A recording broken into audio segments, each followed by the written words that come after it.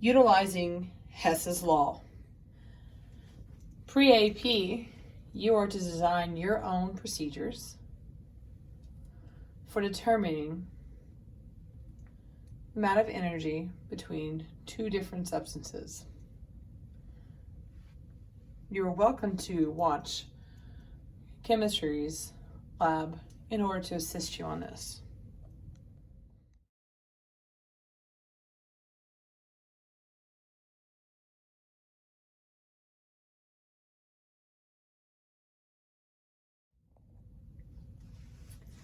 Chemical reactions always include a change in energy. If the energy absorbed to break the reactant bonds is greater than the energy released, when the product bonds form, then the reaction is endothermic.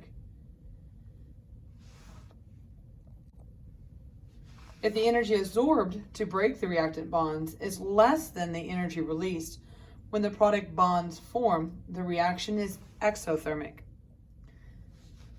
When reactions are conducted in a calorimeter, energy changes can be measured by recording temperature changes.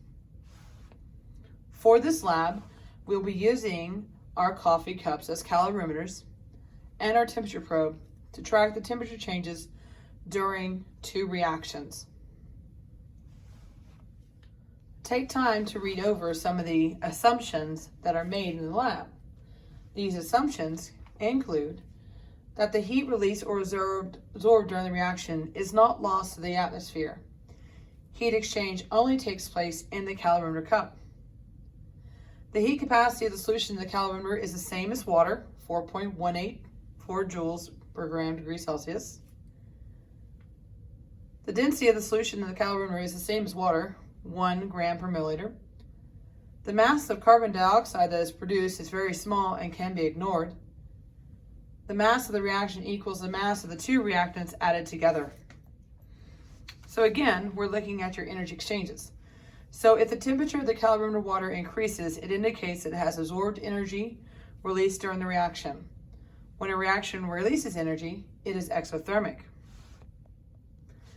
If the temperature of the calorimeter water decreases, it indicates it has released energy to the reaction. When a reaction absorbs energy, it is endothermic. You will be collecting temperature and mass data for the different reactions, and it will use the data to collect the energy exchange for each reaction using Q equals MC delta T. You will then use those values along with the moles of limiting reactant to calculate delta H for each of the reactions. And finally, you will calculate delta H for the decomposition of sodium bicarbonate using Hess's law and your calculated delta H values. Safety. Always wear your safety goggles when handling chemicals in the lab. Wash your hands thoroughly before leaving the lab. Follow the instructions for cleanup of materials and disposal of chemicals. When working with acids, if any solution gets on your skin, immediately let me know and wash your skin with water. When diluting acids, always add acid to water. Stack your two cups, and we're going to place them into a beaker if you need some more stability. Then carefully measure out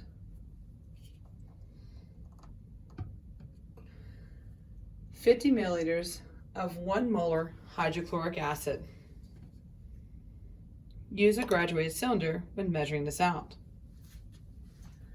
Then we're going to pour the acid into the calorimeter cup, and I suggest adding universal indicator to it.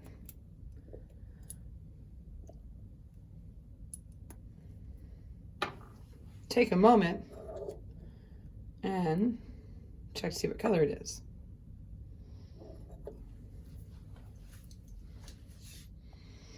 Place your thermometer into the cup and record the temperature after you've allowed it to be in there for 2 minutes. This is your initial temperature. Record that into your chart.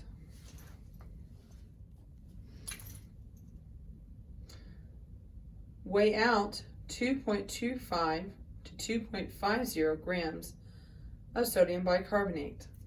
Record this as well into your chart. Now, pour in your sodium bicarbonate that you've weighed out. And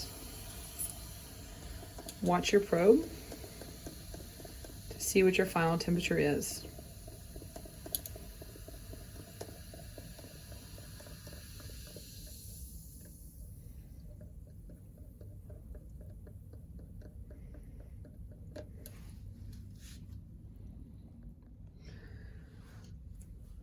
When you're done with this, make sure that you remove your probe.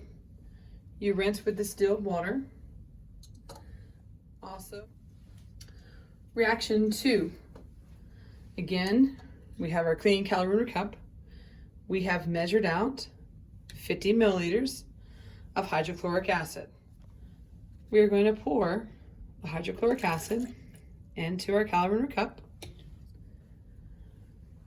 Go ahead and add some universal indicator.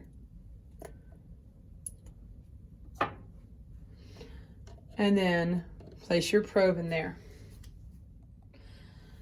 Allow the temperature probe to sit there for 2 minutes so to acclimatize to the liquid, and then record that value down as well. Weigh out between 2.25 to 2.50 grams of sodium carbonate and record that value in your chart. Now we will combine these two, and just as before, we're going to check for our temperature. Also take time to note the color that you saw in the cup in regards to your universal indicator. There was a change. When it reaches the highest point, record that into your chart as well. Dispose of everything in the proper areas. Fume hood, trash, where it belongs. Rinse everything with distilled water. And that is it for this part of the slab.